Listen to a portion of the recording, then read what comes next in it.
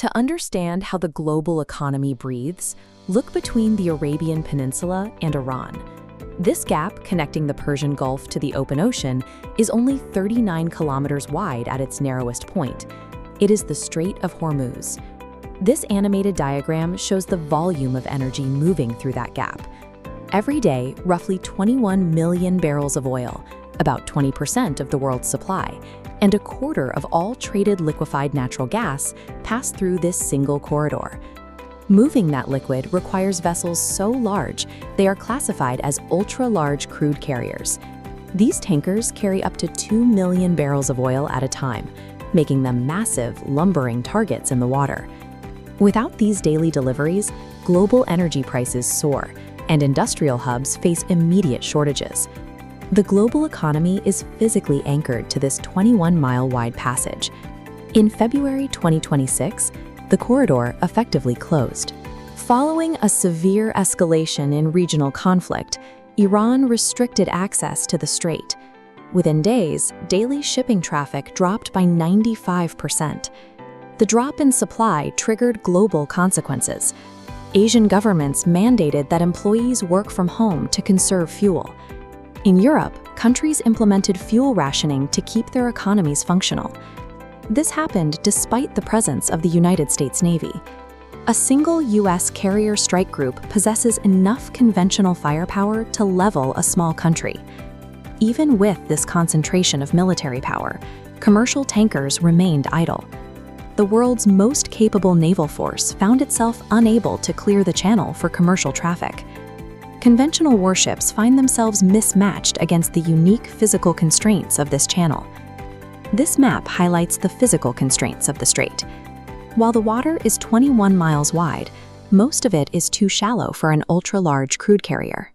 The deep water is restricted to just 2 distinct shipping lanes, one heading in, one heading out, and each is only 2 miles wide.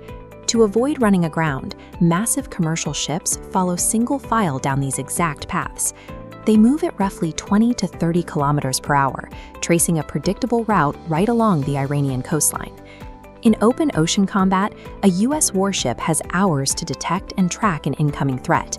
Here, the distance from the coast is short enough that a missile fired from the shoreline reaches a tanker in a matter of seconds.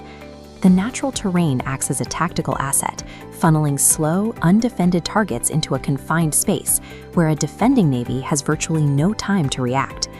Iran's strategy targets the commercial oil tankers rather than engaging American destroyers in open water. They rely on a layered arsenal of cheap weapons, beginning with swarms of fast attack boats. These are highly maneuverable, difficult to track, and operate directly out of their own territorial waters. The second layer relies on aerial drones. A Shahed drone costs around $20,000 to produce, but its 100-pound explosive warhead can disable a commercial ship carrying over $100 million worth of oil. The third layer is even simpler: legacy naval mines. Dropping these low-tech, submerged explosives into shipping lanes creates a hazard that is difficult and time-consuming for even a modern navy to clear. 3,000 ships usually pass through the strait each month. To shut the entire route down, Iranian forces don't need the capacity to sink all 3,000. They only need to prove they can hit one. Once a single ship is struck, the blockade enforces itself.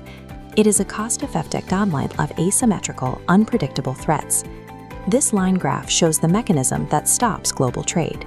As attacks began in February 2026, the baseline cost of maritime insurance spiked. For a ship attempting the transit, insurance premiums jumped by 400% to 600%. Tankers are idling at port due to a lack of insurance.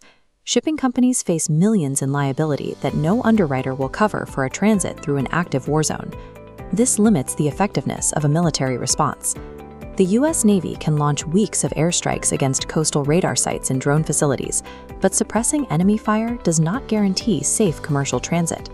While guided bombs can dismantle a missile launcher, they cannot restore confidence to the global insurance markets. The 2026 crisis exposes the fragility of the modern world.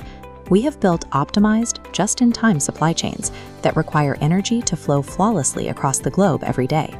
This optimization created a system governed by geographic leverage.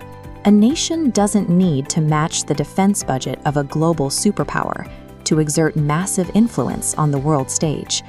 As long as the global economy relies on a needle's eye just 21 miles wide, true power belongs to whoever is willing to disrupt the flow.